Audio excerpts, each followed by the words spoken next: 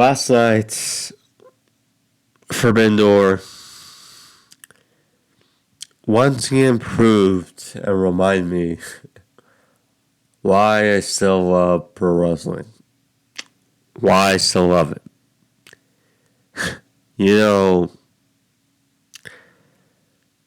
Ospreay vs Omega 2.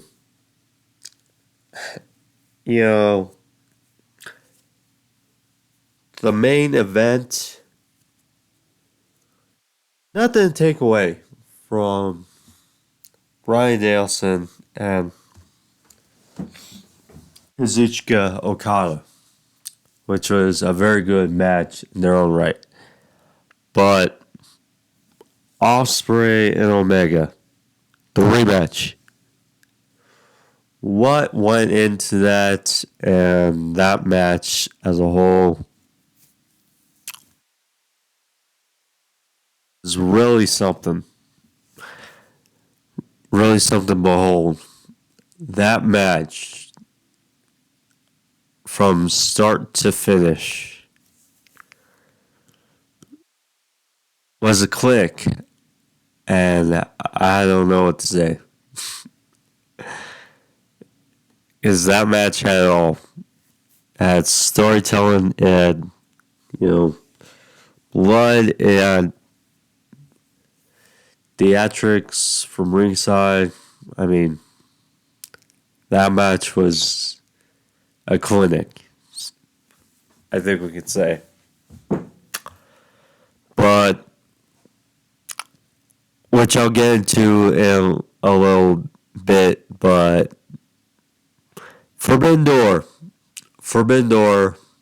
overall was fun. Very good. All the matches, I would say, were good to decent. I was worried, starting off with MJF Tanahashi, just from how Tanahashi looked on Saturday for Collision vs. Swerve, but MJF and Tanahashi had a very solid match in their own right for time given. That match, good. The women's match between Willow and Toni, that was physical as well. We had, maybe it was, usually when it comes to a Sting Darby match in AEW, you expect a little more, but, I guess that's just expectations, considering the match are good, with Suzuki and Naito also involved. I mean, it was okay, but, of course, I don't know, it's just when you have those competitors, you expect a little more. Bryan Danielson, though, it sucks. Because last year, we were without Bryan for Forbidden Door and Blood and Guts. And it was announced in the post-show media scrum that he had fractured his forearm and he'll be without 6 8. So he'll still. So based on that timeline, he should still be able for Wembley at the end of August, but that's a bit of a blow to the storyline between the Blackpool Combat Club and the Elite. I mean, Omega had a physical match. Bryan you know, Matt was already working with a partially torn tricep. So, I don't know. But, alas, we'll go over all for the pay-per-view. But want to say thank you guys for joining me for this Forbidden Door review. Yes, it is busy. AEW on Wednesday for Collision on Saturday, and then Forbidden Door, which, by the way, tried to get up earlier. Unfortunately, I was a little late at work yesterday. So I still got it uploaded last night for my Collision review, so you can click on that as well. But alas, thank you guys. Subscribe if you're new. Click that button. Notification bells as well. But alas, we will get to this review. But before, I give thanks to everybody who followed me thus far on the channel and stuff. So, let's get started. Because there's a lot to get into. So, I did not watch the buy-in or 0 Hour, but alas, I'll get to.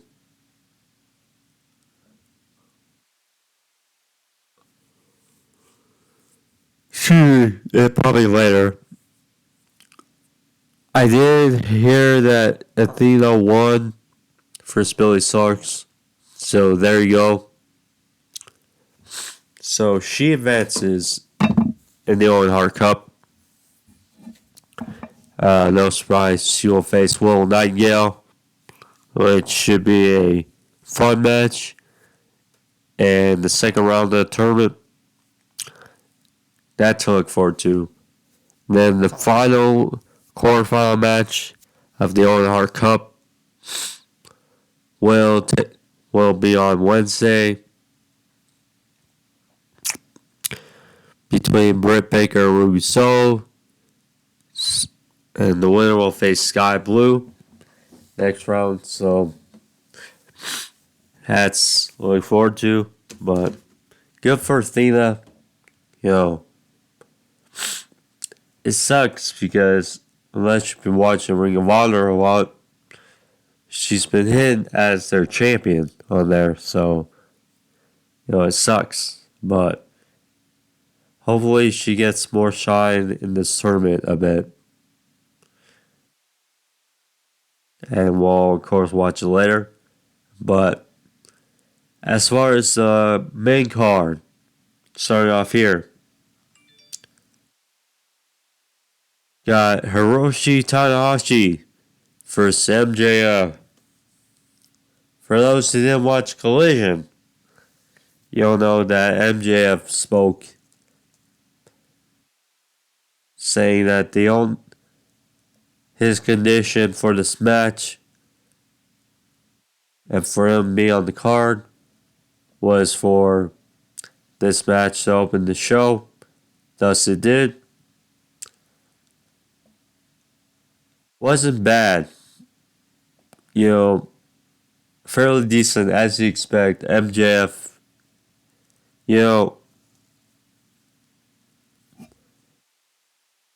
going back to last year, and I spoke about this before, but going back to last year for Forbidden Door, Tanahashi had a fairly good match versus Jon Moxley for the then interim AEW World Title. Then comes to Collision on Saturday, and Tanahashi looked a bit out of place, and the way he was moving, it was a bit concerning, but MJF made it work, and this match was a solid open to the show that was filled with, you know, had to have had to kick it off with the right start, and as it did. Didn't blow any matches out of the water, nope, but it was fine. So, MJF his suplex, launching Tanahashi on the ropes. He was targeting his ribs, throwing him to barricade. Had a domino stretch applied, and it was funny. So, of course, when a combatant has a domino stretch, especially heel, near the ropes, they'll grab the top rope for leverage. I always remember from that clinical tag team match in 01 between the two-man power trip of Austin and Triple H versus Chris Benoit and Chris Jericho for tag titles when Triple H had Benoit in a abdominal stretch, and he and Stone Cold locked grips while obscured to Earl Hebner's back to give leverage for Triple H. So that's what I'm always reminiscent of. But so Bryce Rensburg, who is the referee, there's a point where he noticed what was going on, so he went and he and MJF were like face to face, and then he kicked MJF's arm, releasing his grip, and Tanahashi had hip toss out of that. MJF was on the top rope, went for something, but Tanahashi threw him off the top. Had Sling Blade, decent looking for a near fall. Back on the top.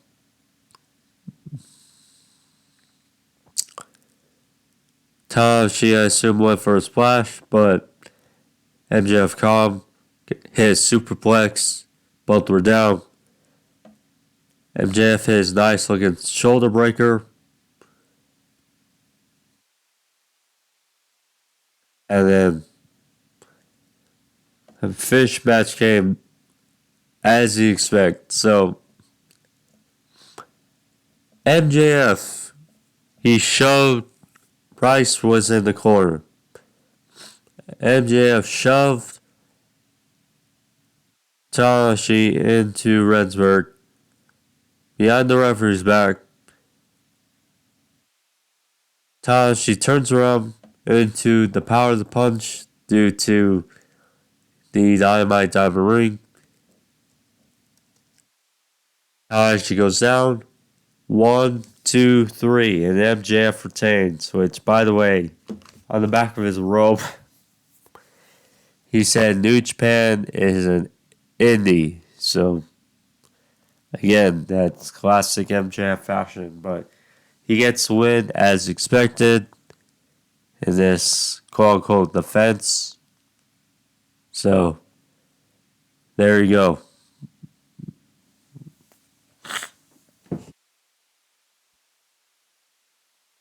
I mean, match it wouldn't need to, so good. Satoshi Kojima makes up for CM Punk. Now, The first time I saw Kojima wrestle was 2 years ago when he fought Jon Moxley. That was the only time, and I thought that was a decent match. Here comes this match.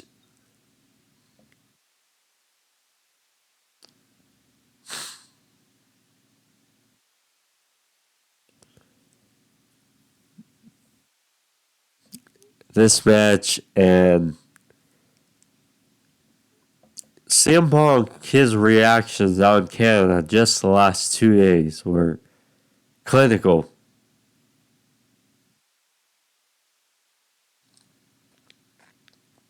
And, well, it did.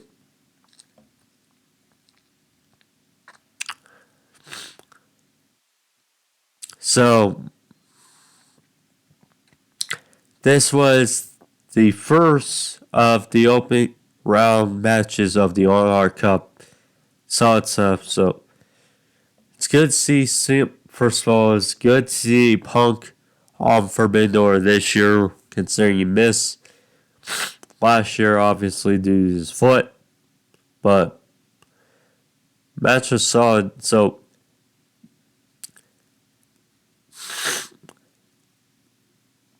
Kojima brought it with some big chops to the outside.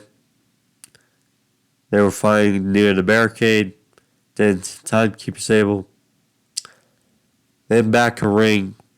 Punk had the edge. Kojima fired back with some machine gun chops, Eddie Kingston style, in numerous corners of Punk. They had a top rope dive for a near fall. Punk fired back. His front slam in the middle of the ring. Then with a Macho Man like elbow drop from top 4-2.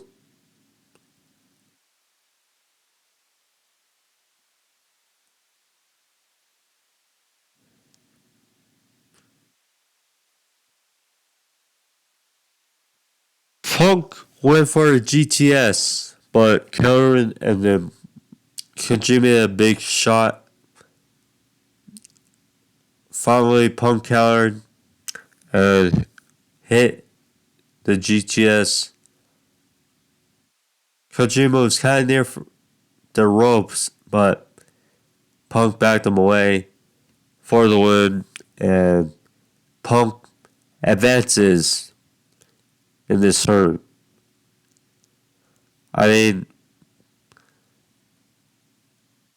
we can say what we want, that the fact that Punk vs. Kenta didn't happen,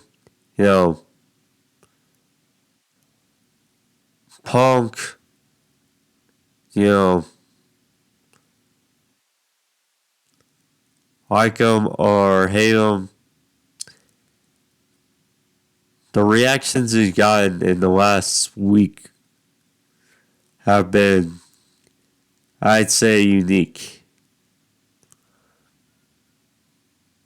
And, gonna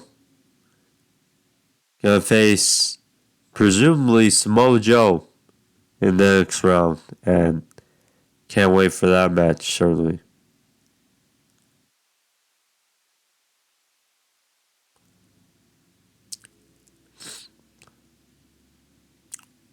So we got Orange Cassidy. Well, Simple did help Kojima up.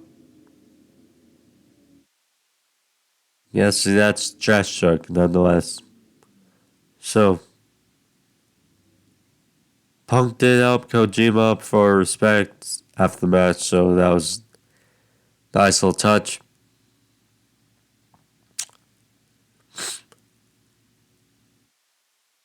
Next up, the four-way match for the international title. Orange Cassidy versus Katsuyori Shibata versus Daniel Garcia versus Zack Sabre Jr. This was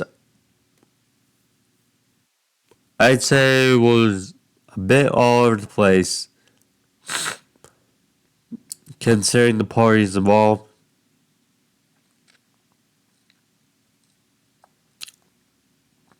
A bit more chaotic. So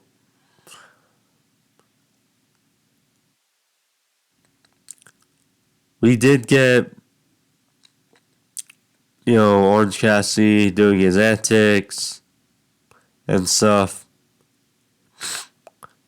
for three of the guys. So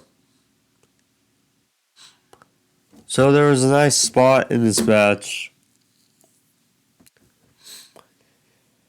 Shibata had Garcia in a dominant stretch in the middle of the ring. In front of Zack Sabre Jr., who had Orange Cassidy and stretch as well. And while they have their opponents in stretches in the middle of the ring, they're right in front of each other. And they start slapping each other, so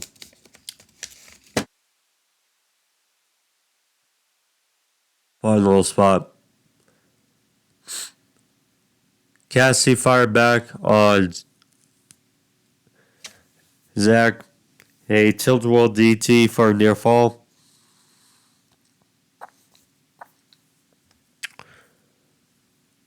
Then they were on the outside. Zack was stretching OC's hands, but Cassidy DT on the outside. Separation. Garcia was in the ring with Shibata. He used Shibata's towel belt against him for a near fall. Zack back in the ring, broke things up.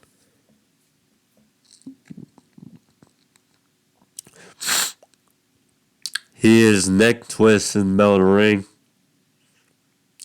Shibata fired back. He had big forearm on Garcia. There was melee in the middle of the ring. And overall, Orange Cassidy rolled up Garcia. 1, 2, 3. And Cassidy prevails again. And retains. I mean, here's the thing. I like Orange Cassidy as a wrestler. He's had a very solid reign throughout this year. And,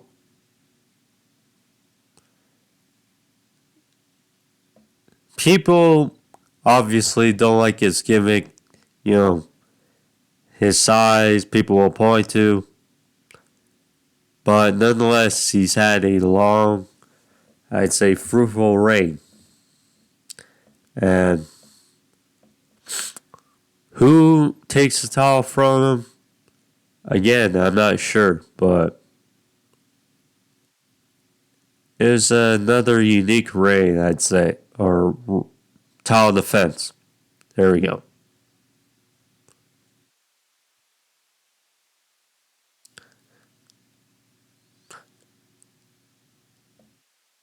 Jungle Boy Jack Perry next versus Sanada for the IWGP World Heavyweight Championship.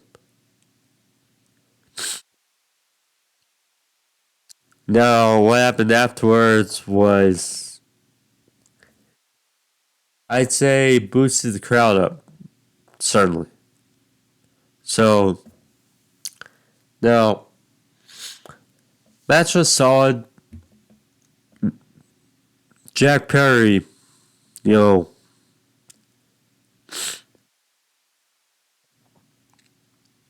was a bit underwhelmed, and many were, that he got this spot over others in the company for Sanada. But considering what happened afterwards, I mean, McKay in the match was decent, per se. And Sanada have not seen him wrestle a full match since TNA. That was like a number of years ago. So, yeah. So,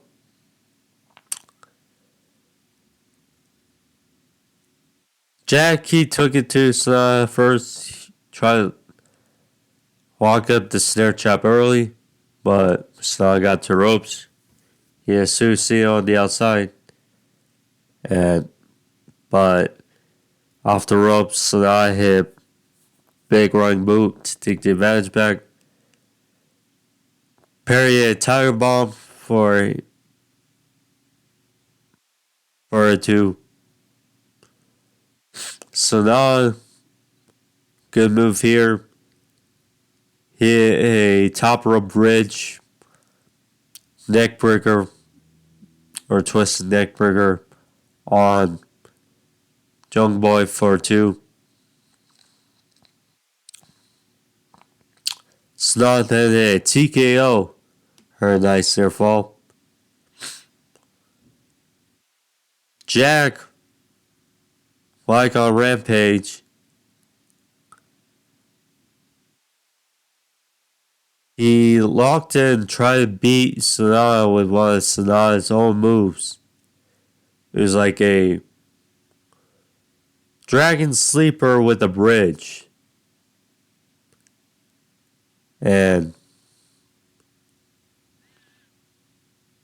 ultimately,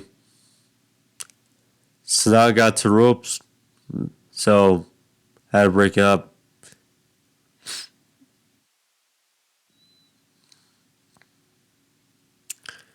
But Jungle Boy rolled up Sanada for near fall.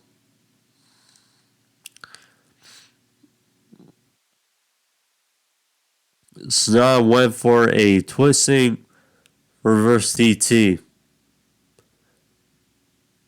And as Perry was down, Sanada a beautiful moonsault press off the top for the win. And Sanada retains the IWGP heavy strap. Afterwards, Sanada and Jungle Boy both got nice reactions. And Hook was helping Jack to back and raise up Jack Perry's arms. And some are alluding to it. Thus it happened. Jack Perry hit a big lariat on Hook, knocking him down. And Jack Perry, Jungle Boy, has thus turned heel.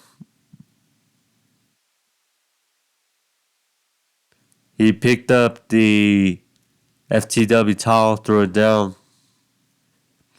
was mocking the crowd a bit, and left. That agitated Taz, obviously, helped add to the moment. It was so a bit surprising because I thought Jack Perry certainly was not in the running for a heel turn yet. I thought it would still been a while. Well, alas, we'll see where they go from here. Because he's been kind of directionless since losing that 4-way versus in the 4 pillars. Well, we'll see. Something good happened. Something good. Now, Jack is so rough around the edges when it comes to promo skills. For a heel, we'll have to see how that goes. But they gotta be confident in him somewhat if they're gonna turn him heel, it seems.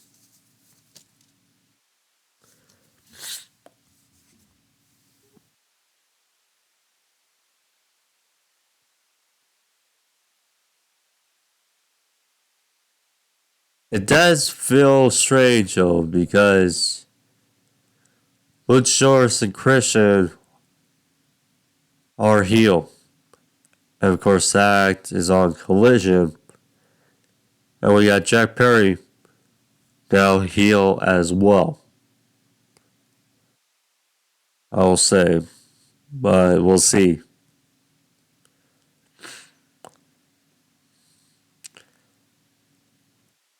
Ten-man tag. We got the Elite, Tomohiro Ishii, and Kingston versus the Blackpool Combat Club, Shota, Umino, and Konosuke Takeshita. 5-on-5, 10-man tag.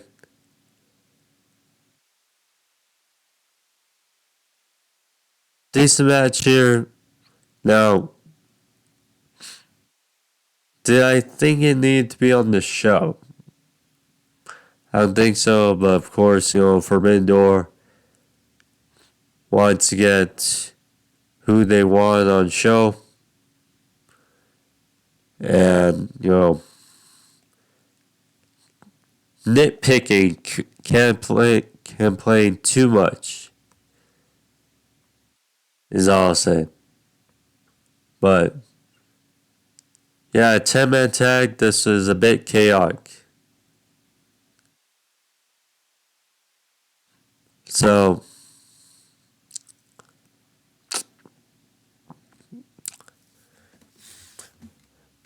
originally it was funny. So, Eddie wanted Claudio, of course, because he hold the Bucks, He hates Claudio more than he hates the Bucks. So, wanted Claudio first, but Claudio wanted no part of Eddie. So, Moxley tagged him, and they had some words, across the relationship, friendship between those two. Moxley flipped off Eddie, and they had a bit of chop battle back and forth, blow for blow. They became wild in between, back and forth. Bucks, everybody got involved. So Hangman went roughshot. He had plancha to Moxley on the outside. He upped the Bucks with assisted, or it was assisted, shooting star press to the outside on Umino.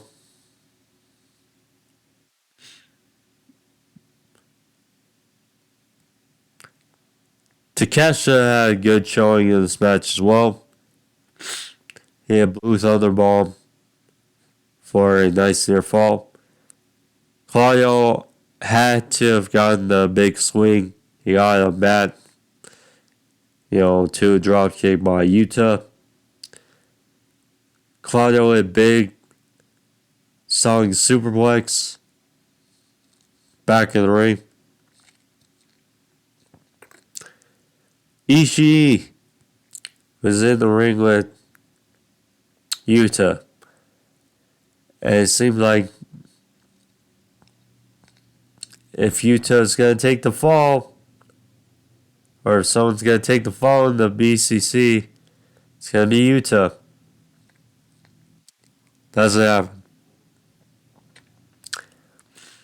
As Utah caught a big lariat, followed a brainbuster by Ishii for the win. And the Elites and Kingston, Ishii got the victory here. So there you go. Good stuff. Now, curious about the status of Omega.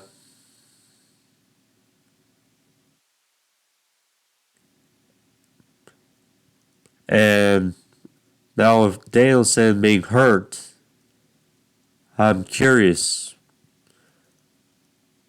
Where does that lead into building for Blood Guts? Because this feud is kind of made for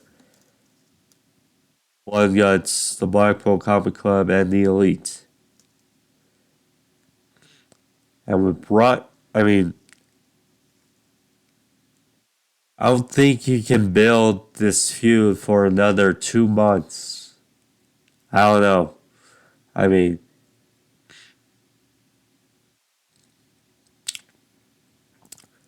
there's certainly enough guys for matches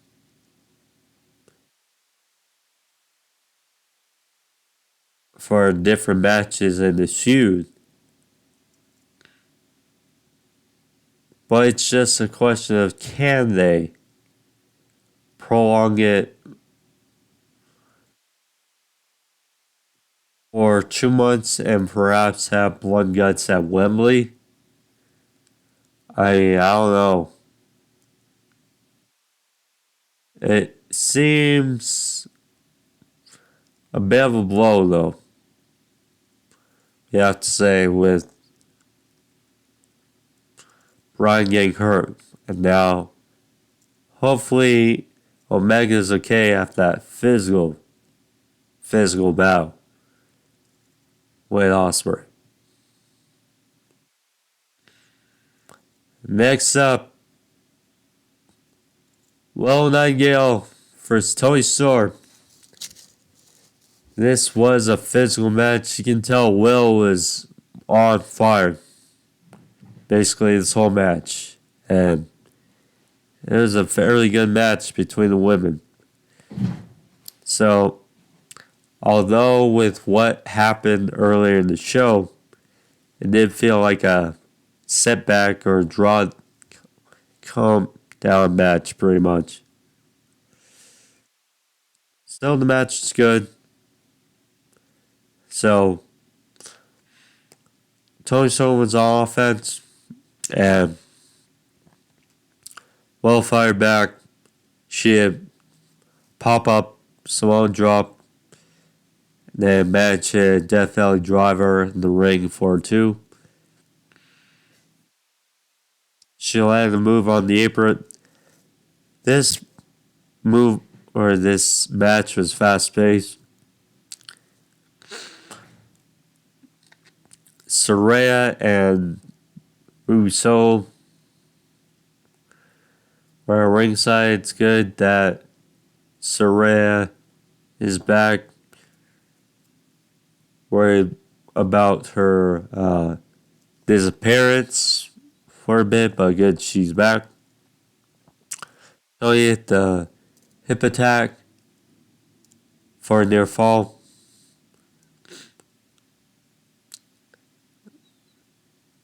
The rest got ejected. Outcast. Will hit a leg lock or locked on a leg lock on Tony, but she fought off it.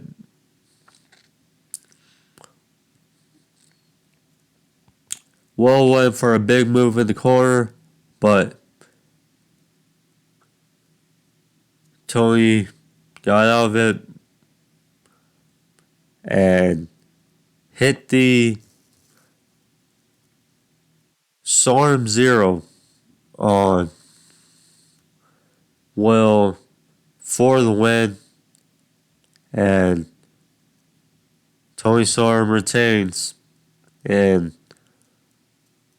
what was a decent match in here for the AEW Women's Championship. And next up, we got Willow will be facing obviously Athena in the next round of the tournament. Hope that she shall go far. We shall see. Maybe she ends up winning the tournament or gets costed by someone in the finals. We'll see.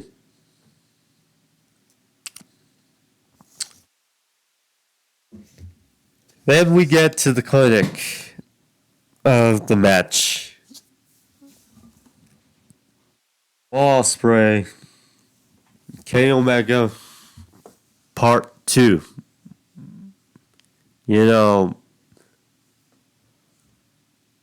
I mentioned earlier this match, had all. It had the theatrics, it had the great entrances,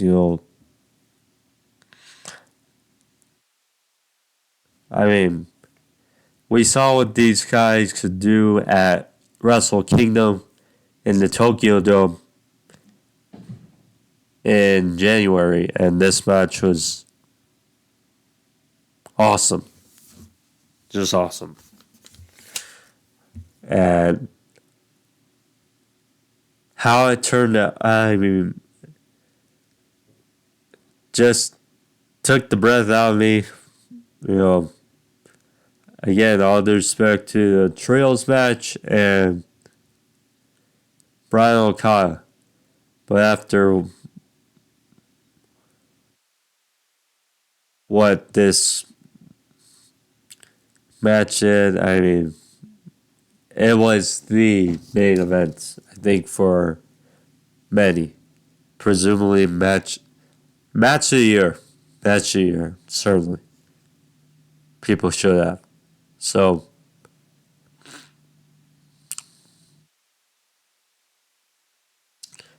Ospreay dived to the outside. So, he, of course, was accompanied by Don Callis and Don Callis' security to the ring. That was unique.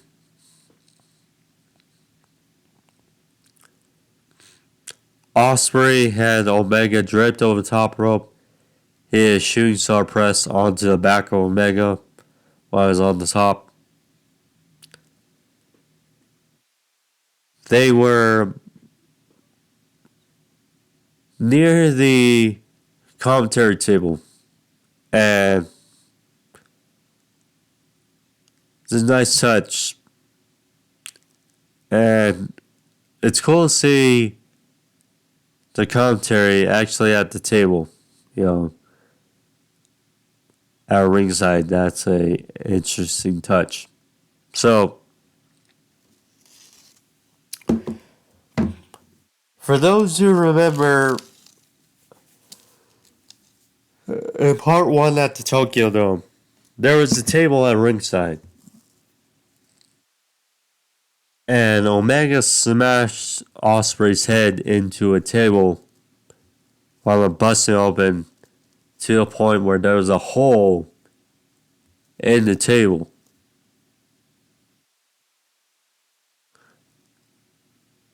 Similar stuff here, so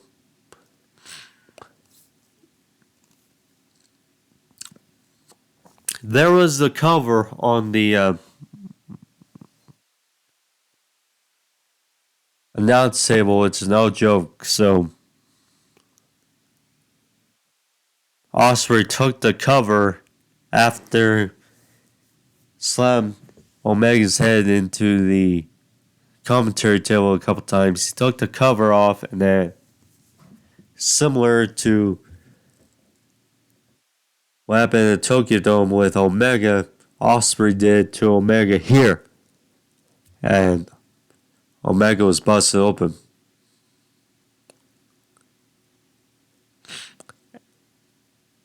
So they were back in the ring, and Ospreay's Ospreay's arm was covered in Omega's blood. And if you saw the spot, you saw it. This just reads into the heel work of Ospreay and Canada, because, Omega's from Winnipeg, and Ospreay has obviously been on this anti-Canada campaign for his last month. So, it's been hilarious. Anyway, so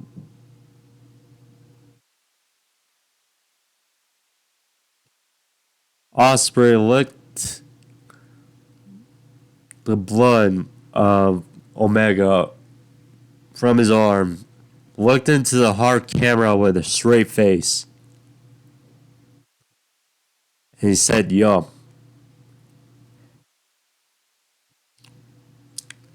Greeted by chants from the Toronto crowd of "You sick fuck." So there's that. Reaching to how Ospreay can be. Arguably the greatest wrestler on the planet, you can say. So there's a fan also reaching this anti-Canada thing that Ospreay's had. There was a nice little picture in his pre-match or pre-entrance, video. Talk about Canada and stuff, protests and whatnot. So there was a fan in the audience, in the front row, that had a Canadian flag. Ospreay took the flag from this fan and started flossing himself with it, picking his nose with this flag, really healing it up. Eventually, Omega, because Ospreay is taking too much time, he tossed him in the ring, takes the flag, wound up choking him with the flag for a bit, and then Omega handed the fan back his flag. Well, I doubt this fan's gonna watch this flag now, I guess, after the flag's involvement in this match.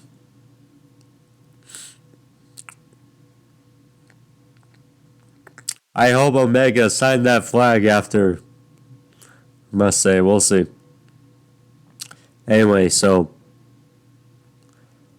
Omega, big V trigger, wound up shoving his head into the steps. Now for Ospreay. Ospreay now was busted open.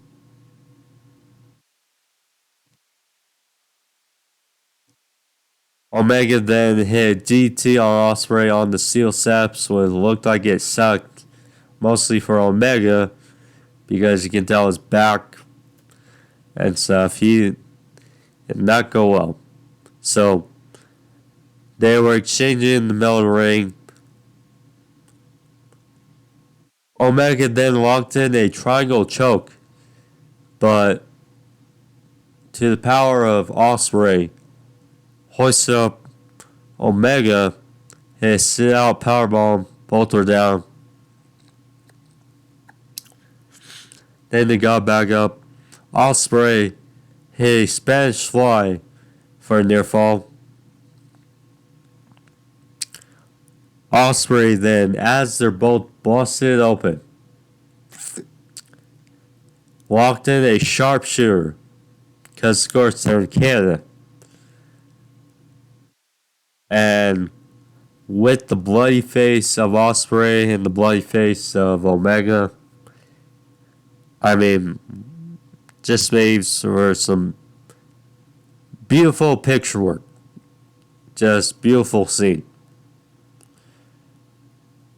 So then Ospreay transitioned to a crossface, who I mentioned earlier. Well, another homage to Canada. But Omega got to the ropes, fired back. He had a nice pile driver for a near fall. Ospreay kicked out. Ospreay fired back with another dive to the outside.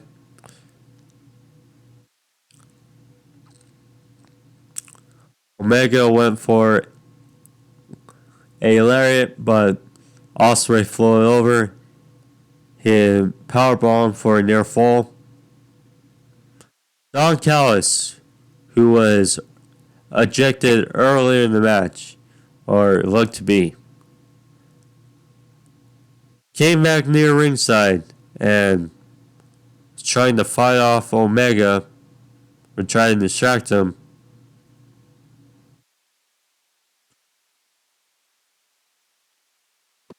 Omega hit a couple V-triggers to Ospreay's face. And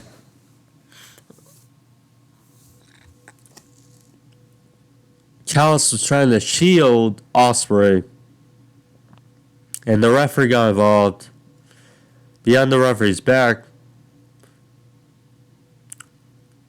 Callis handed a screwdriver to Ospreay. So Omega went for a V-trigger, or one-winged angel, excuse me, on Ospreay. And right before, as Ospreay was on Omega's shoulders,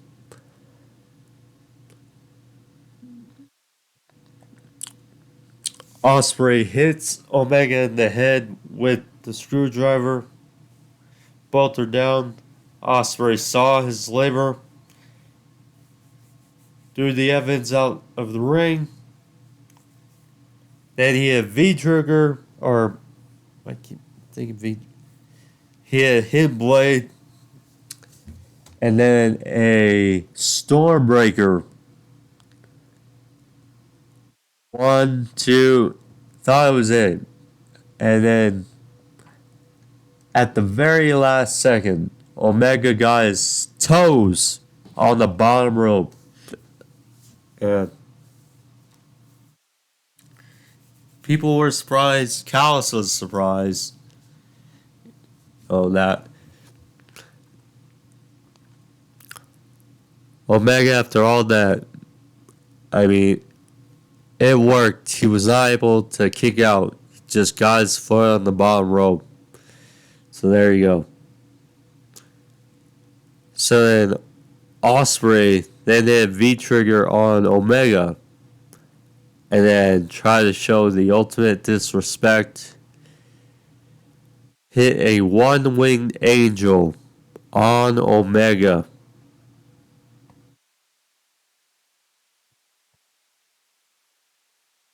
And Omega kicked out at 1, which only sparked up the crowd.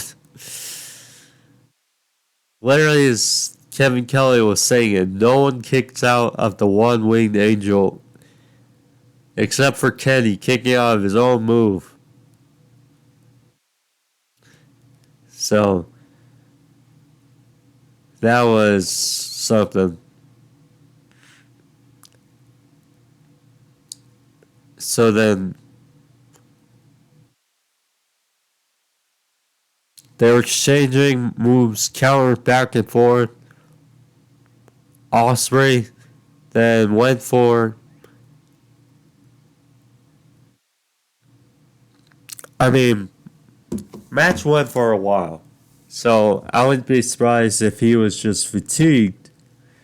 But Ospreay landed a Tiger Driver 91 I would be surprised if he went for the Stormbreaker,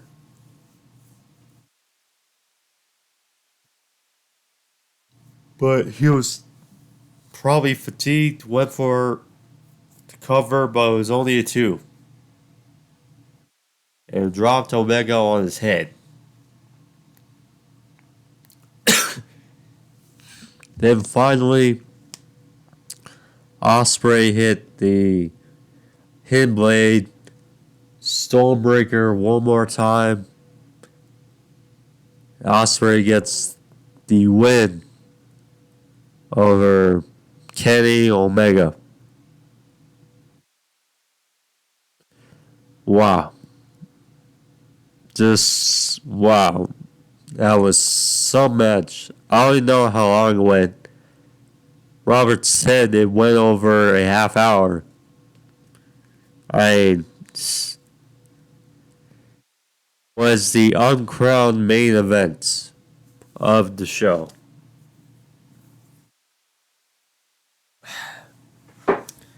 You know, we have arguably two of the best wrestlers in the world. Omega is so capable. Ospreay is still really in his prime. I mean, early 30s. I mean, it's crazy. It's sad that, but hopefully, because with his boys, Aussie Open, being signed to All Elite Wrestling, hopefully opens the door, but because Ospreay comes over numerous times for AEW. So, I mean, it's out of the realm, but Ospreay to be signed to AEW would be something. And, Forbidden Door. This was just great.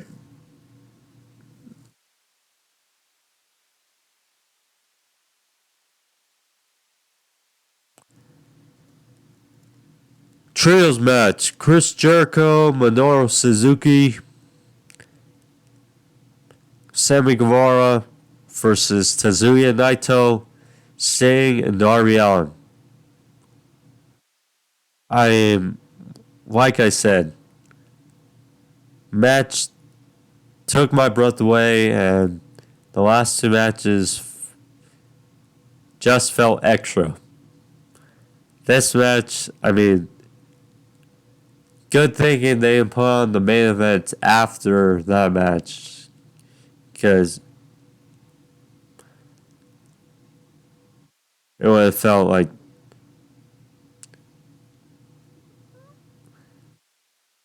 I don't think the crowd would have had. They had a decent amount of energy, but I think they were also kind of taken out of it after that great Omega Ospreay match. But yeah, match was decent. So again, the big chaos. So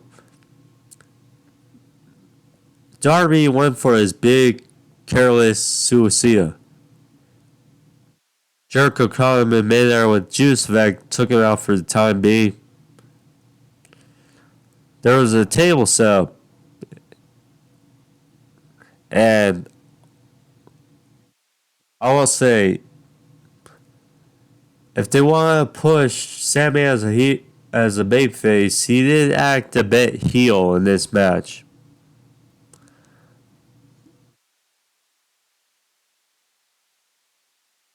But so Chris Jericho, he did have an exchange with Sting, which no surprise. That's what they were playing up.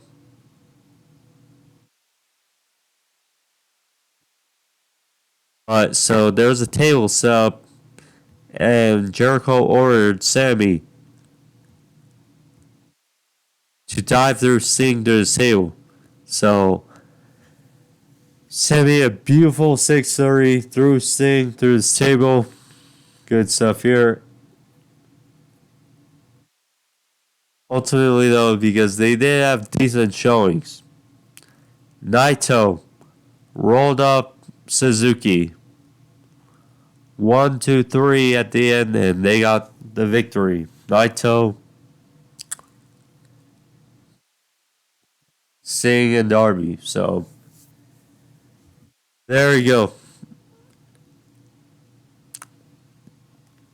Jericho actually crashed, by the way. He actually crashed. Sting and Darby's session of the post-match scrum or post-show scrum. So that was hilarious. With his bat.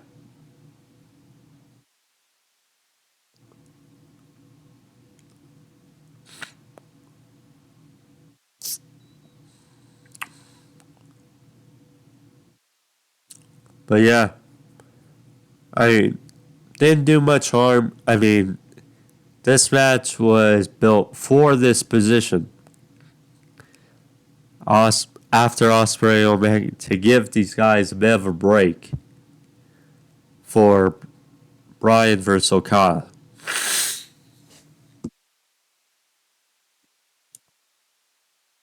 You know,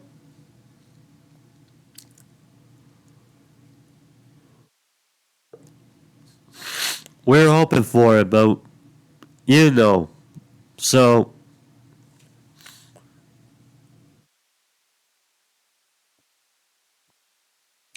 so Bryan Williams and Ring of Honor associate himself with the final countdown song.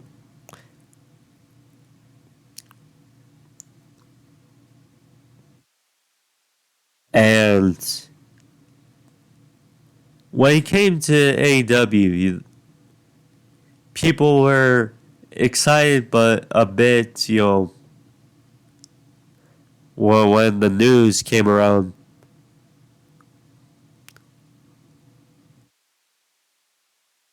People were a bit disappointed that it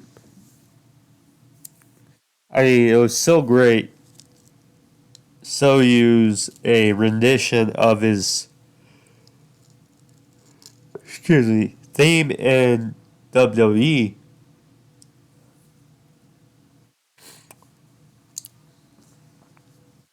Then it was figured out that the band was asking for a very big amount of money. Very big. For the rights to Final Countdown for Bryan. So he always got hopeful that he would use it sometime in AEW, but he just didn't know when. But then to hear I think Bryan probably had some doubts as well. For the main event, Bryan came out to Final Countdown. Final Countdown. And it was just a joy. Showed you the fight feel of this match. Just showed you. And you saw him basically tear up in his entrance because he couldn't believe it.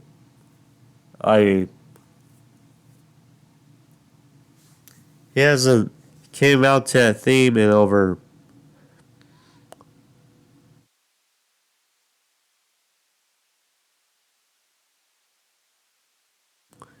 like 13 some odd years.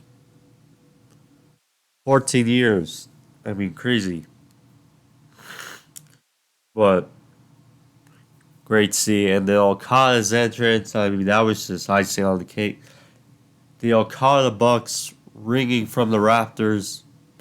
I mean, that was great. Crowd popped, Match good. Question of could this match top what we saw from Ospreay Omega?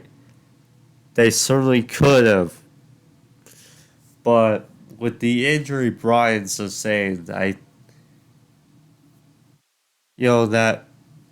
man played a role, but I don't think that was the intention really to top. Although they tried. It was a solid match in their own right. So they were on the outside. Bryan was shoved to the barricade. Bryan targeted the shoulder of Okada. Stomping at the shoulder. Threw it to the barricade. Threw him against the post. Doing what he could. Stomped off the top. He actually locked in the cow mutilation early goings of the match. But Bryan transitioned to a pin for a 2. Okada fired back. He had a flapjack followed with one of the best looking drop kicks in the game. And then a DT for a near fall. They were back on the outside. Okada tossed Bryan over the barricade, and then with running start, hit a dive over the barricade on Bryan. They were back in the ring. Okada hit an aerial crash over his knee on Bryan for a 2.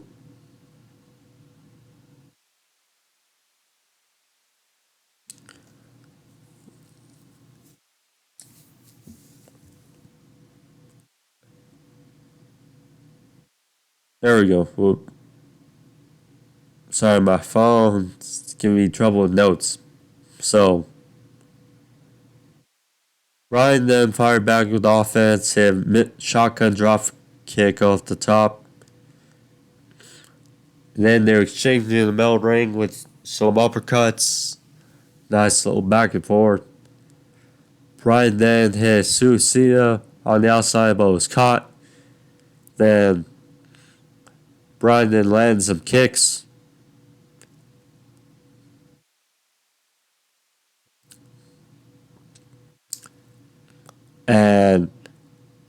But then Okada countered, hit a tombstone on the ramp.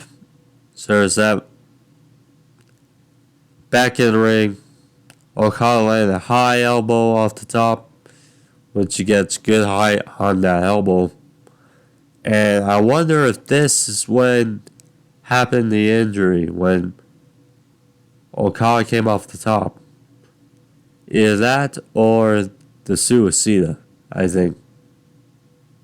Anyway, so Bryan was, convulsing in the middle of the ring. Doctor checked on him. Okada told him to back away. He did. But you could see Bryan was hampered. He had basically one arm. So Okada hit German for a near fall. They exchanged. Bryan hit a bicycle knee, double back, and then he hit another one for a nice near fall. Okada hit a mid-choke driver, followed a Rainmaker. He hit, but only for a 2.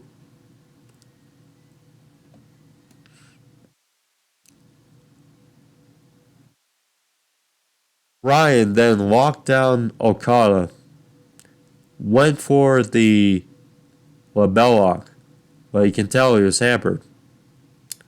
So then he transitioned to a rings of sound like hold trapping both arms in the back of Okada's head, and then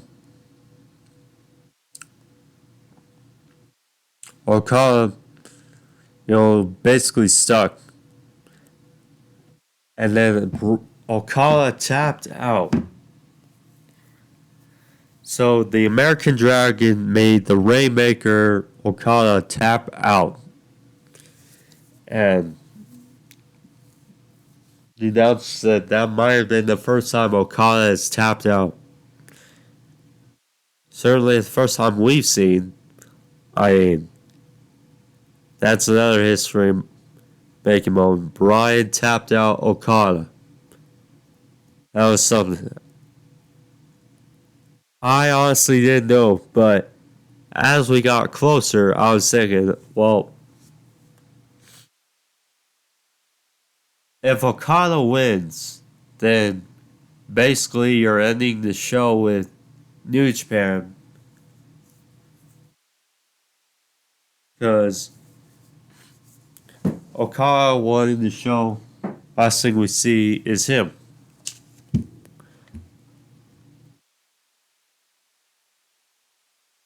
And of course, Moxley, won the main event last year over Tanahashi. So, I mean, it could be as easy as doing the favor for